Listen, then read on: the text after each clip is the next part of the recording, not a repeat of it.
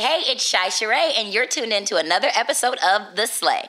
The Slay is the show for America's outcasts, for those who have been overlooked, underrepresented, and misunderstood. Here, you'll be encouraged to serve life as you. The saying goes, communication is key, and we're here to start the conversation. Let's slay. Hey, y'all, it's me, Shira McDuffie, a.k.a. Shi and Rye, your host, and with me, as always, is the lovely... Mariah, a.k.a. Rye, yes, like the bread, because we gets plenty of it. Money. Special guest in the studio today, Miss Jaunita Taylor. Introduce yourself. Tell the slay about you. Hello, my name is Jaunita Taylor. That was very professional. She took a professional breath. Hello, my name is... I am from here, Indianapolis, Indiana. Whoop, whoop. I'm 28. I'll be 29 in September 1st. Hey. Woo-doo-woo, Virgo. Birthday. I am an inspiring fitness trainer. What else do I do? You're an event coordinator. You're an event coordinator. We actually just had an amazing event. Dope. The Rise Up dinner party. Oh, man, it was dope, y'all. And we also celebrated Rye's birthday, and it was amazing. It was awesome. We're going to get into that. We're going to let you know what you missed. We're going to get right into the show, y'all. We took a break last week because we were planning for the Rise Up dinner party, which was a phenomenal event. If you weren't there, you suck. You're square. You're square because you weren't around. You get it? Square because you're not around. Like, that is so funny. As you know, I like to do one time for, give a little shout out to somebody or something that happened this week. So on Instagram yesterday, I saw it was a tweet repost. So one time for today is for Tre'Davious White. He is the Buffalo Bills cornerback. Let me just read y'all how the tweets happen. So some guy tweeted, mind you, this is a black man that tweeted this. He tweeted, he said, if I'm hiring and I see a name on the application, Tre'Davious, nope, I'm balling his app up and tossing it in the trash like a George Gervin finger roll. I can just hear his pants sagging. Which is just fucked up because it's a black man post like tweeting this shit. That's the most fucked up part. But it's okay because Tre'Davious came back with the snap. He said, shame on you. This Tre'Davious is a high school class valedictorian and a 2-time All-Sec academic honor roll student. Oh, no. Also, I graduated in 3.5 years from LSU. But it don't matter. I'm going to be the one doing the hiring. I'm my own damn boss. Next. Period. Straight like that. Boop. You don't know how many times, I never really actually thought about, that. I know that that's a thing that applications get, which is fucked up, but the application gets thrown in the trash if your name looks ghetto or just black in general. Because normally I just put Shira on my applications and they don't know what, and my last name is McDuffie, so they really just don't know what they're going to get when I walk in the door. Okay. I will say this though, always correct them. Always. If they get your name wrong, correct them. Always. I don't care how. Why are you embarrassed by correcting somebody who's getting your name wrong? Let them know, excuse me, my Straight name up. is this. So if they keep getting it wrong, they don't need to know you. No. They have no interest. They don't need to know you. My married last name is it spells like Salone, but it's technically Salone because they're Haitian, so it's French. And I was like, well, wow. You never told me that. Right. And I telling everybody Sloan. Well, that's just what they do because they get tired of correcting people. I said, well, when we have kids, if that's going to be their last name, they're going to be telling people my last name is Salone. And I was serious about that because that's what it is. Absolutely. Yes, every time. Every time. Don't matter. I correct people every time. Thank you for complimenting my hat, Sydney. I have I was trying to look like, what you say, sugar baby turned wife. Yes. We have goals around here, so that's what this hat is for. Thanks for tuning in, y'all. We're going to go ahead and get started. I want to start with talking about this Rise Up dinner party, okay? Let me tell y'all, okay? Last Friday was Mariah's birthday. Leo season, you already know what it do. She did something that I have never heard of, not just in indie, but just an experience that I had never heard of. So she had the Rise Up dinner party. I was your host because that's what I do. That's what she does. I was killing her shit up there. And did it well. And thank you very much. Tell us a little bit about just planning for this, and I know that shit was hectic. Man, oh listen, my goodness. So I've been doing event planning since I was in college. I was a part of an organization called Theta Beta, and we did things like community outreach. We taught classes like dance and step classes to high school and middle school children, musical courses. We did talent shows. We did mob type events, and then we would still have some sort of community-based donation thing accredited to it. We did a lot of stuff. So I just think from that, the artistic side of me was like, Indianapolis is a little boring. And we don't do, I'm a dancer, but there's a lot of stuff that I don't get to dance at either because they're not even thinking about having dancers or the kind of dancers they want don't look like this. Yep. So instead of and they complaining. can't dance how they want to dance. Exactly. And we can't dance how we want to dance. And so it looks very unprofessional for us because it's like I'm faking what I want to do. Yeah. So I was just like, I want to start creating spaces and events for us, for things that we miss, things that we don't get to see. And then also visual art. I don't think enough visual art gets to have live interaction with people. Because we're very artistic people. Why not? Oh, yeah. Yeah, and if they do, they're kind of like on the back end. Like, yeah, you may have an open mic with a live artist, but the live artist is like somewhere in the corner. You can't see them or they forget to mention them or something. So I wanted my things to be centered around the kind of art that I enjoy. And then, of course, y'all know I bake. And so I wanted to kind of showcase the fact that I don't just bake. Like, I make food. Like, you can have a whole infused dinner fucking around me if you want to. It's not just the sweet stuff. And also the healing behind it as well, because if they paid attention to what you were saying throughout the night, it went from very high dosages of THC and then reversed to high dosages of CBD to bring you down, but also to add to that really good feeling because it's a different type of elevation. Oh, yeah. For sure. So the planning of it was definitely stressful. Oh, Lord. I don't think I had a conversation for 3 weeks that did not involve the dinner. Yeah. Yes, the dinner. Everything. Definitely. Which I will say just was handled very well. It was. Thank you. It was one of those behind the scenes, like you would never know that it was the madness that it was. On top it of was everyone so handling flawless. their personal things. Right, yeah. Because like everybody still has life in the midst of, hey, I need you right now for this thing. I know you got shit going on today, but we have this going on today. But honestly, and if you can't handle it, let me know because I gotta delegate somebody else. Yeah. My team, honestly though, is really freaking lit. Like lit. Everybody that I picked to do things, because last year Artitude was popping. So like literally I'm in Vegas, I'm sun gazing, I'm meditating. Actually before I went to Vegas, I called her and Willie and was like, we're doing a can of dinner for my birthday. And I hung up. Yep. I didn't have anything else. That was all I knew. And then when I went to Vegas, I called them again and was like, okay, so I know I called y'all. We're doing the dinner, and these are the plans. And they were like, all right. Not a how we gonna do it or dang, that don't make sense. No, but just like, okay. And everybody literally just fell in where they needed to go. It was super seamless, even with the little stresses. It was very seamless. I think when you decide to do something and you have a team, everybody just has to take their personal out of it because we've done business together before, so we know, like, oh, that's her business tone. That's not her being mean, being a jerk. Right. That's her, she's being and I think focused that's why right now. we're able to deal with each other so well is because we understand each other's tone, and we know that when we get in business mode, it's not personal. I don't care about your feelings right now. Because they don't matter right now. When we get back into our personal, we're able to be friends, and we're able to adhere to each other's feelings or whatever, accordingly. But I think it's cool, too, to just have the type of friendship that you can open and honestly say, I can't do that right now, or I don't have the time to do that right now, and it's not a personal thing. It's not I don't want to. It's just the understanding that I can't.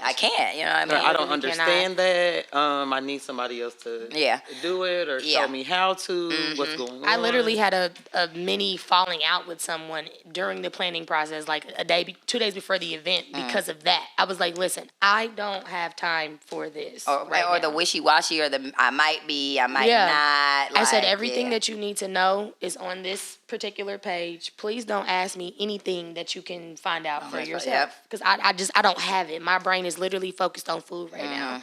And in order for me to properly do things and make everything perfect in my eyes, I literally have to focus on one thing at a time sometimes. So if I'm in a grocery store shopping for 40 plus people, I don't have time to be answering where something is at.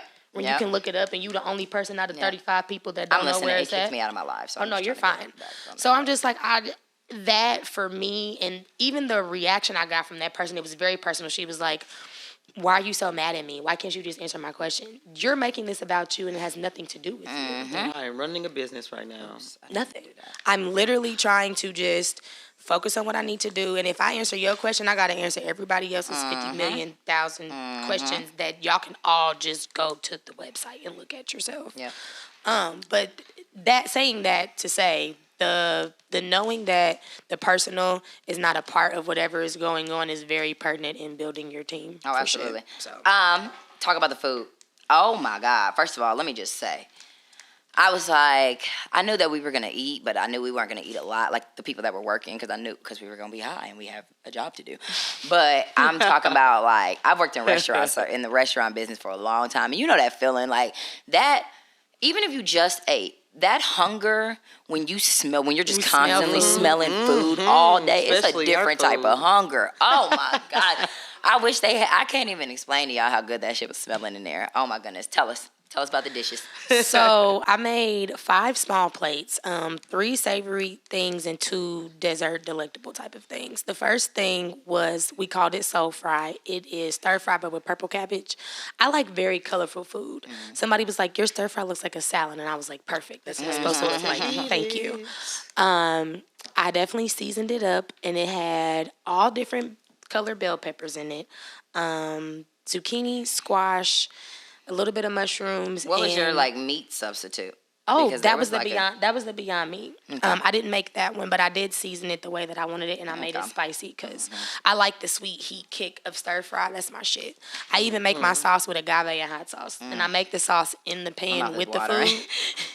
So it's like super bubbly and everything just kind of cooks together. It was wonderful. It was so good. That was the one with the highest THC content because that needed to be the freshest thing because stir fry isn't really good like soggy next day. Yeah, it's not good. The next thing was the deep dish pizza, which is one of my favorite things to make. It's very easy. I actually made it the night before because with Italian food, I know y'all know, the next day is something about it. It just tastes so much different. So made it the night before. It soaks in. I froze it. And then the day of, we put it back in the oven for a little bit. And I even put a little bit of cheese in the crust, but I make my own cheese. So I made a hemp cheese sauce. I did not do a meat substitute for that one. That one had 3 color bell peppers with it as well. White onions, purple onions, arugula, and there was something else on there. I made my own sauce too. I mixed a bunch of different types of tomatoes together with some marinara and just blended it in the blender. It was pretty lit. The last savory item was the lasagna rolls. I got the lasagna roll idea from my best friend Andrea because she made it for the girls, and I'm like, well, everybody keeps saying do pasta, but I don't want to do pasta because you can make pasta at home. Like, I want to do something different. So she was like, well, make lasagna rolls, and I'm like, okay, that's different. And then I made them Rasta pasta style, so it was a jerk seasoning instead of being Italian. So I had 3 different types of cuisines, which I thought was pretty cool. None of them were basically American-based, which another thing I thought was really awesome. It wasn't intentional, but it just kind of happened that way. Wonderful.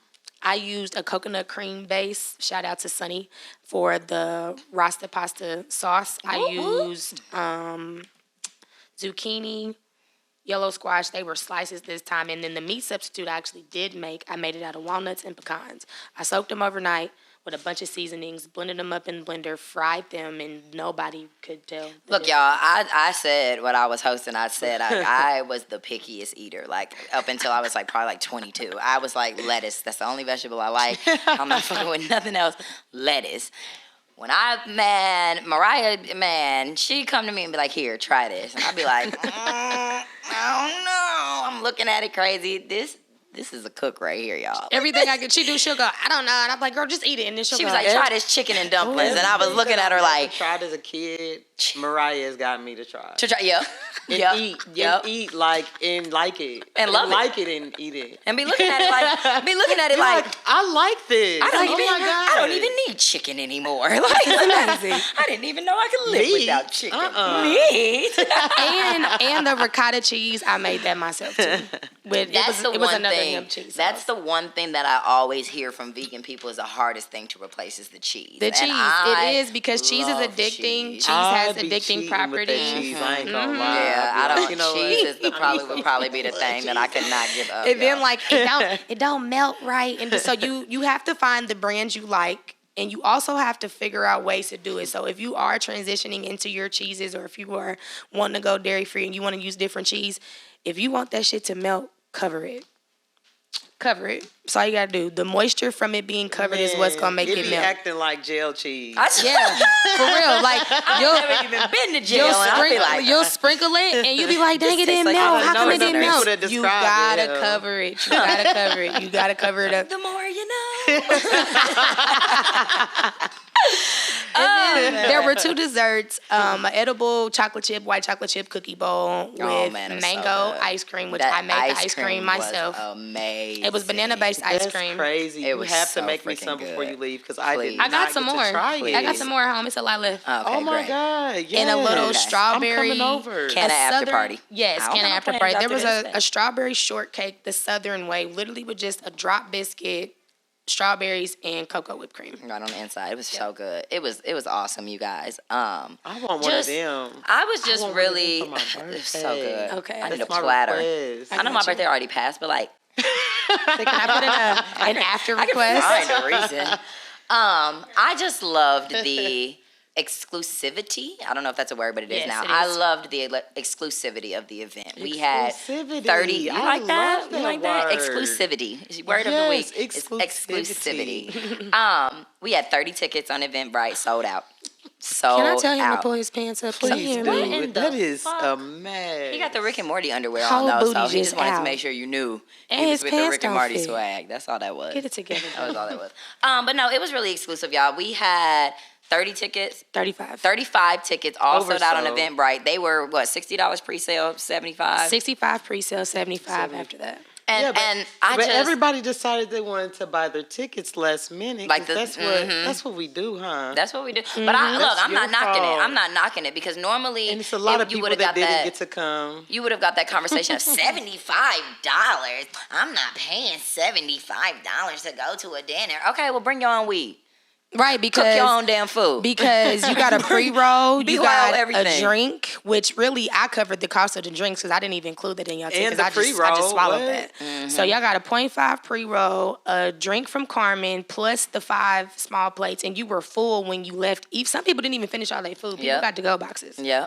In addition to the live art experience that you had. Massages were available. Exactly. Chair massages was available. There were other vendors there. There's a lot of networking going on. Your bud tenders were sexy. Like, literally, I covered everything from top to bottom. It was awesome. You had nothing, they were sexy and all naked. The entertainment. It was cool. And it just, I said this too there. I've never experienced anything like this or thought that anything like this in Indy would be possible. It's very easy to say, hold on, let me get on live so I can show y'all this nigga's pants. Hold on. Here you look go. At him. Look Here at him. Just silly. Look at this Pull your pants up, buddy. That's why he wasn't at the dinner party. Yes, because it was definitely dressed to impress. It was so sexy. I'm talking about like the crowd was hot. It was dapper. It was fucking cool. It was very dapper. It was so cool. I was very proud of our crowd. And everybody was high. We had an awesome ass after party. It was pretty cool. Oh my God. Speaking of drugs, I tried to try shrooms for the first time, but tolerance like a motherfucker. And she fell asleep. I don't think it would have helped because she was already sleepy, so it made her go to sleep. I was knocked the fuck out, y'all. I was like, is this what all the hype is about? I've been missing out. I could have been using this as my damn melatonin for years. Okay, no, for real. Pros and cons of smoking weed. Eating weed, of weed gestion, okay? Weed ingestion. Obviously, like, with weed being legalized all over the country and everything, first of all, Indiana's probably going to be the last fucking state that we ever get weed. So just, sorry, nap.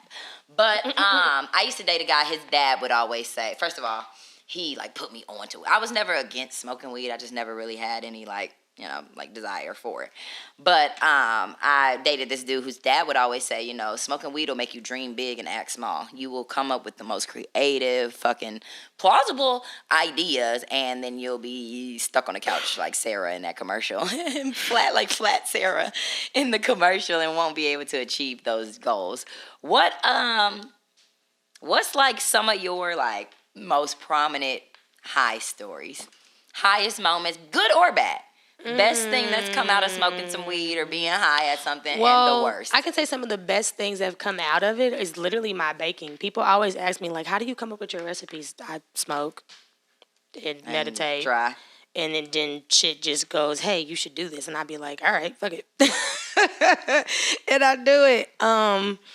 Most of my, like, literally any idea that I've ever had is probably, like, any big idea that I've ever had has probably came from a session of some sort, or I smoked to, like, filter myself through making the decision that I was making. Worst experience, I was already vegan, and I had an edible that was not. Oh, damn. And it was like a big-ass strawberry crunch type of, it looks like the ice cream. Okay. But it was like not ice cream. It just looked like that. And I had a little piece of it about that big. And yeah, I had to pull over in Greenwood. I was on my way back. I was on my way back to Louisville from here. I was going back to Louisville from here, and I was like, something's not right. I'm about to throw up. I don't understand. The baby's daddy. Tell me that man don't look like the baby with a tougher mustache. That man look just like the baby. He look like the baby daddy. The baby's daddy. The baby. But I threw up. I had to go inside Chick-fil-A and like release the rest of what was in my stomach. It was horrible. And you think that was just more from it not being vegan? Like, I don't know. Your intake was high, like your tolerance was less because your body was already. I think so. With it not being vegan. I think so. And it hit me. It was really bad. And I went back to the car. I was sweating like crazy, and I'm high as hell. And I was like, who can I call? I need to call somebody because I'm out here in white man's land. I'm gonna get arrested. Oh, you absolutely This is stupid. Definitely. So I called my ex-husband, and I was like, Marcus, please come get me. He said, what is wrong with you? I said, I'm fucked up. I don't know. My stomach hurts. I can't breathe. It's hot. I'm sending you my location. Come pick me up now. And I had to spend another night in that and get driven back to my car the next morning. And I was like, never fucking again. What about you, Juanita? Why do I vaguely remember that? Because I probably called your ass to cry to somebody. I was probably calling to cry to somebody. Okay, Markel said he's sharing his high story. Hi, Markel, by the way. What's up, Markel? He said, working at KFC, hotboxing with the crew. It was that first word is where you fucked up. Working. He said, working at KFC, hotboxing with the crew. It was my turn to take the order. I started off by saying, hi, welcome to my KFC. Then asked the customer, what's the next thing I'm supposed to ask you? Because I totally forgot what to ask. I had to see him at the window face to face, and he just laughed, paid for the food, and told me to be safe. That's that different type of high. Like, high conversations is a motherfucker, but I don't like being that type of stuff. Me like, I don't like where you just saying fucking up. senseless shit. Like, no way. Oh, my God. One time, I'm sharing somebody else's high story, and she probably gonna kill me for saying this, but I don't give a fuck. I'm telling Nishan. Nishan and my friend Marlon, we was all over Marlon's house smoking, whatever. And I think it was Nishan's first time hitting a bong. And I'm telling her, like, and Marlon has, like, all types of toys. So this is, like, not just your regular, like, this motherfucker's got, like, levels and different little all the little gadgets and shit that you can go through.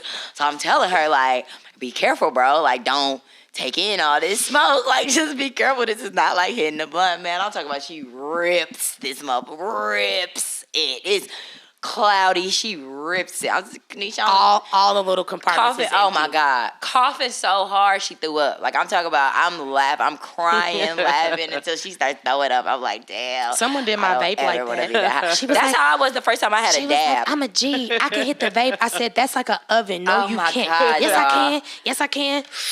Them vape coughs hurt. Them vape coughs make you rethink smoking all. She just fell on the floor. I was like, I told your little ass don't do that. That was me. The first time I tried dabs, nobody explained to me that it was like I'm looking at it, so I knew that it wasn't like weed, but I knew it was like weed. Yeah. And so nobody explained to me that hitting a rig is not the same as hitting a bong. So same fucking thing. Like I ripped the fuck out of this dab.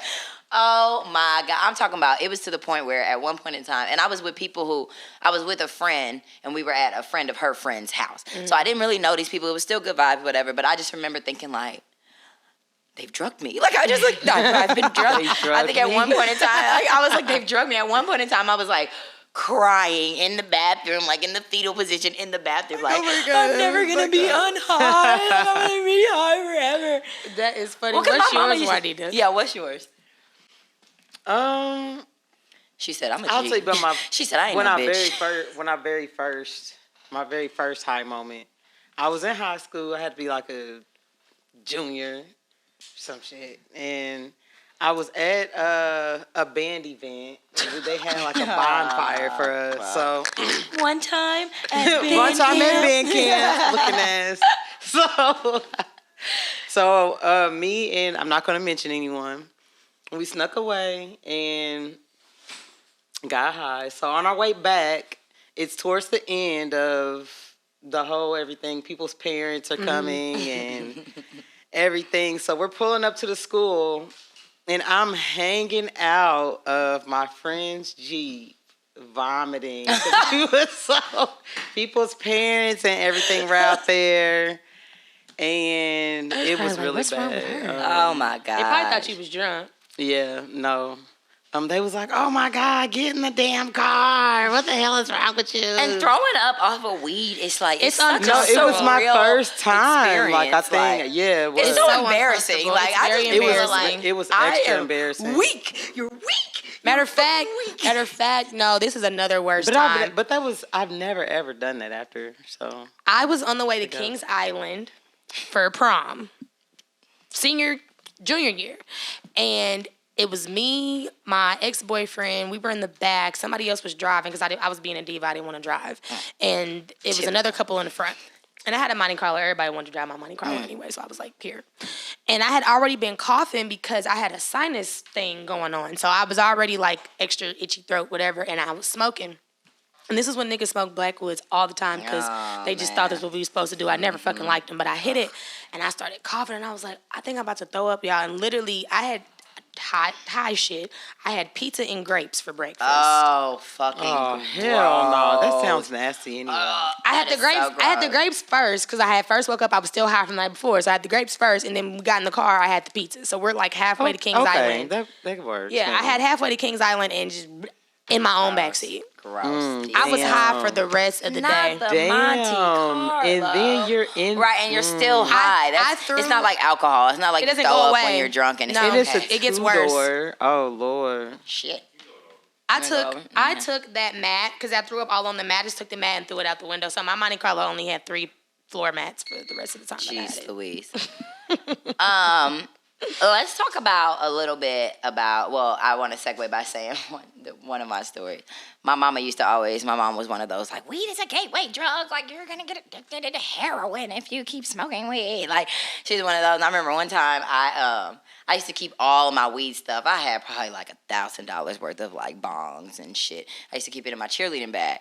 And after I graduated, I don't even know if I had graduated yet, but my car, I'd always kept it in the trunk of my car, and my car broke down. My first car broke down. We were getting rid of it, getting ready to tow it, and I had moved that bag full of weed stuff to the closet in my bedroom. It had been sitting there for months.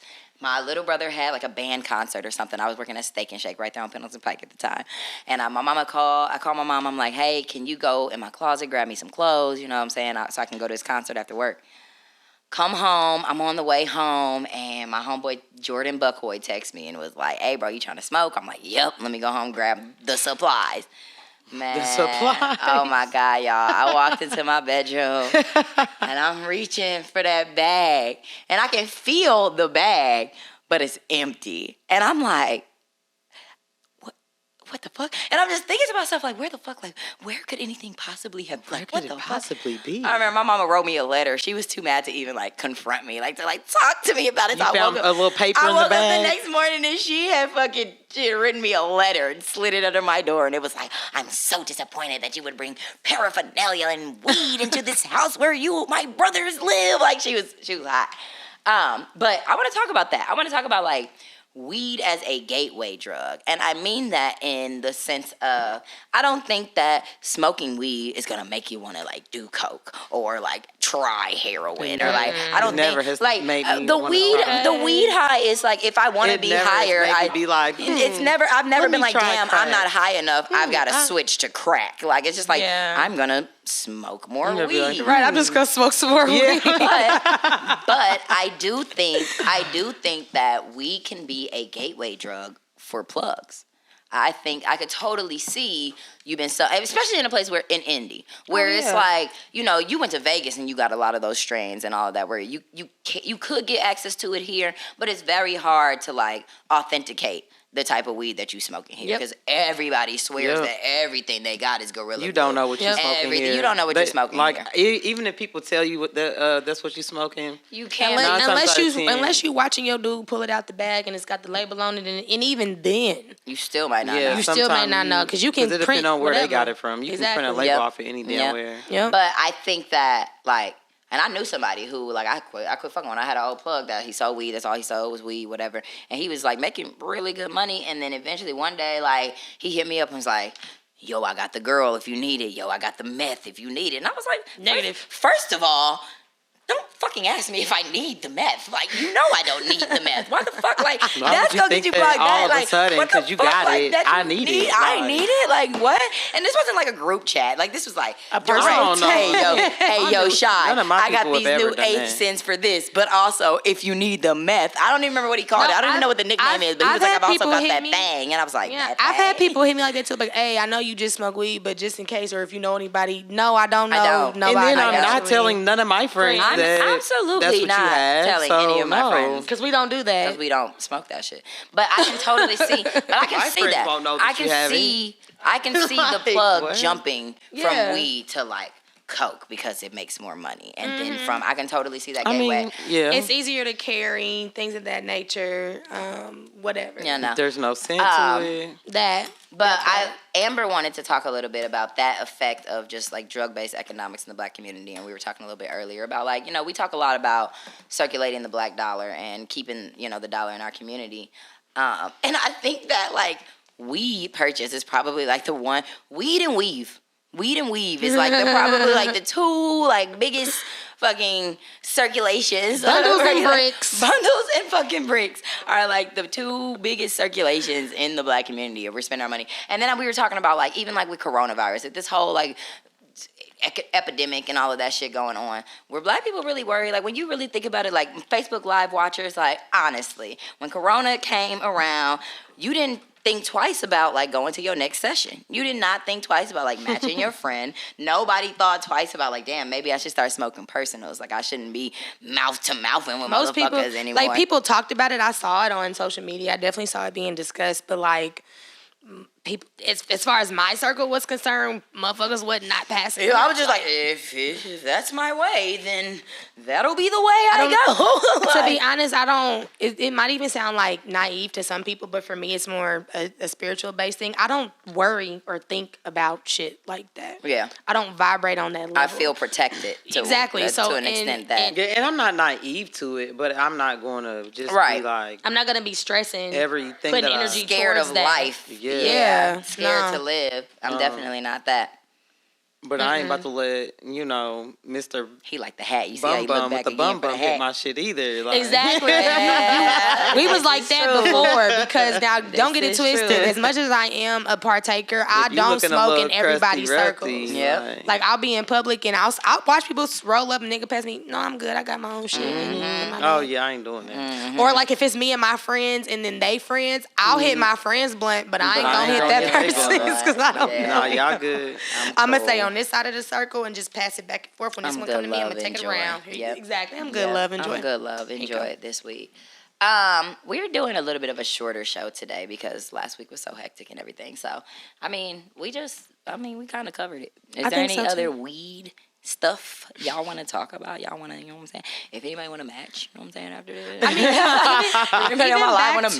Even back to the hand-to-hand with the Black community thing, it makes me wonder, okay, once it does become legal, how much of that is going to stay with us? You know what I'm saying? Because everyone's going to be ready to run to a dispensary. And you're gonna we not going to be on a dispensary. Do not abandon your plug, y'all. When and if weed ever gets legal in Indiana, do not abandon your plug. No, for real, because even in the states where it is legal, street weed is still cheaper than dispensary weed. Yep, still. Sure is. And you have to think about, too, like, now, like, after legalization and everything, now you've got that authenticity of it. I can still go to my plug and get some real good shit. Eight for $30, and it's right. And then if real. you a plug, start educating yourselves on how to own a dispensary or how to get yourself legalized. And even you might as well.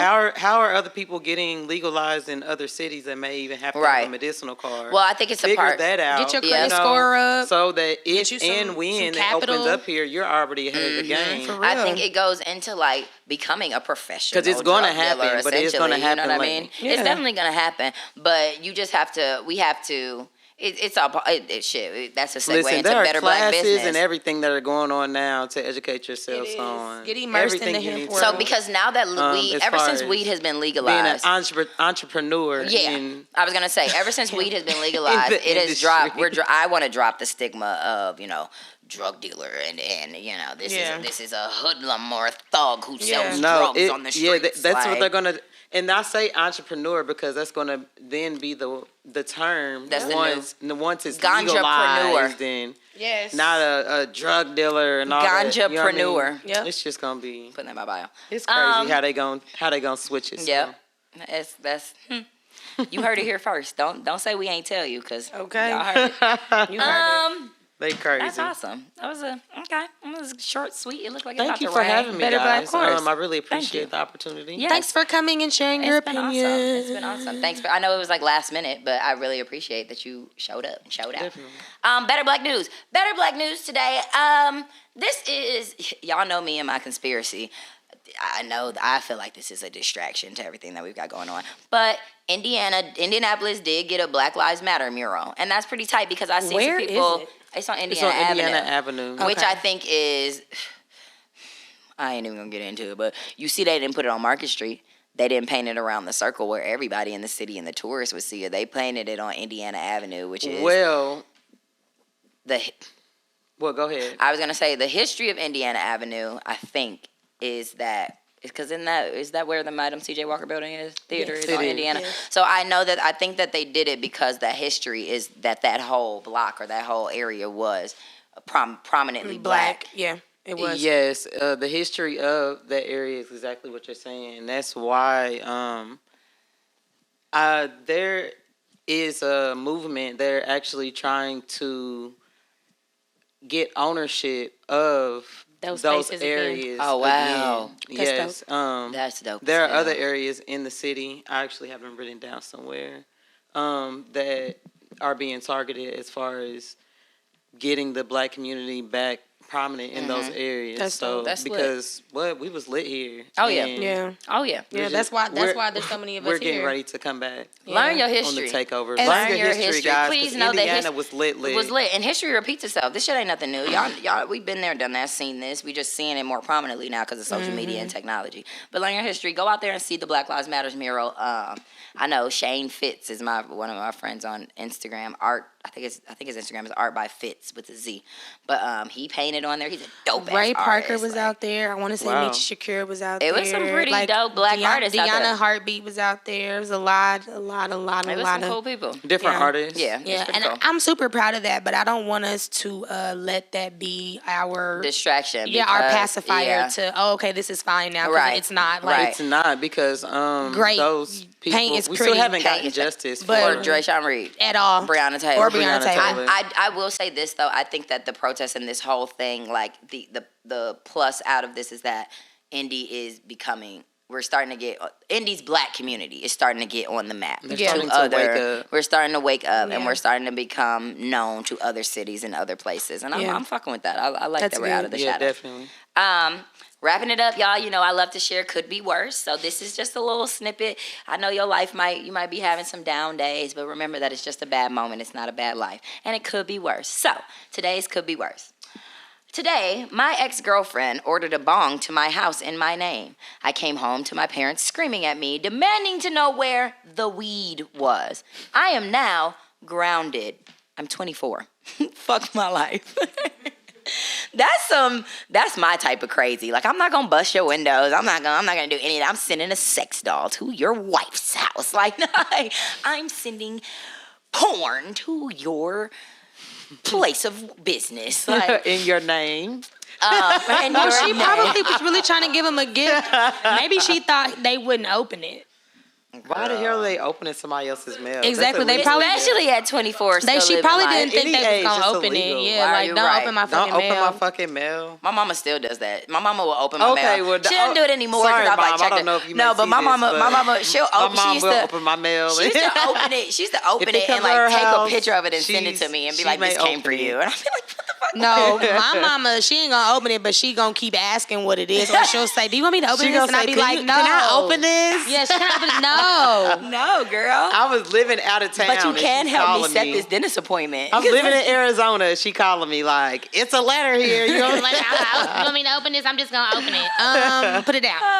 All right, Of course, I was in Arizona, but oh well.